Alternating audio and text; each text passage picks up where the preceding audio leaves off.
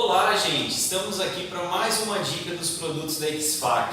Hoje estarei falando em especial sobre a régua com proteção, tá? Nós temos ela, como essa que está aqui na minha mão, de 60 centímetros. Aí nós temos ela com 30 centímetros, que é a menor. E depois nós temos ela também com 1 metro. Vou mostrar para vocês como que utiliza e a eficácia dela. Então, olha que legal. Então, uma suposição, você está aqui cortando, né?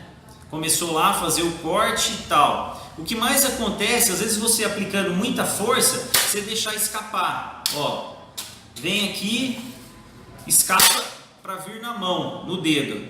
Nessa situação, como ela tem essa aba de 20 milímetros, ela não deixa vir no seu dedo aqui para o lado de cá. Você pode ver que seu dedo está sempre protegido aqui.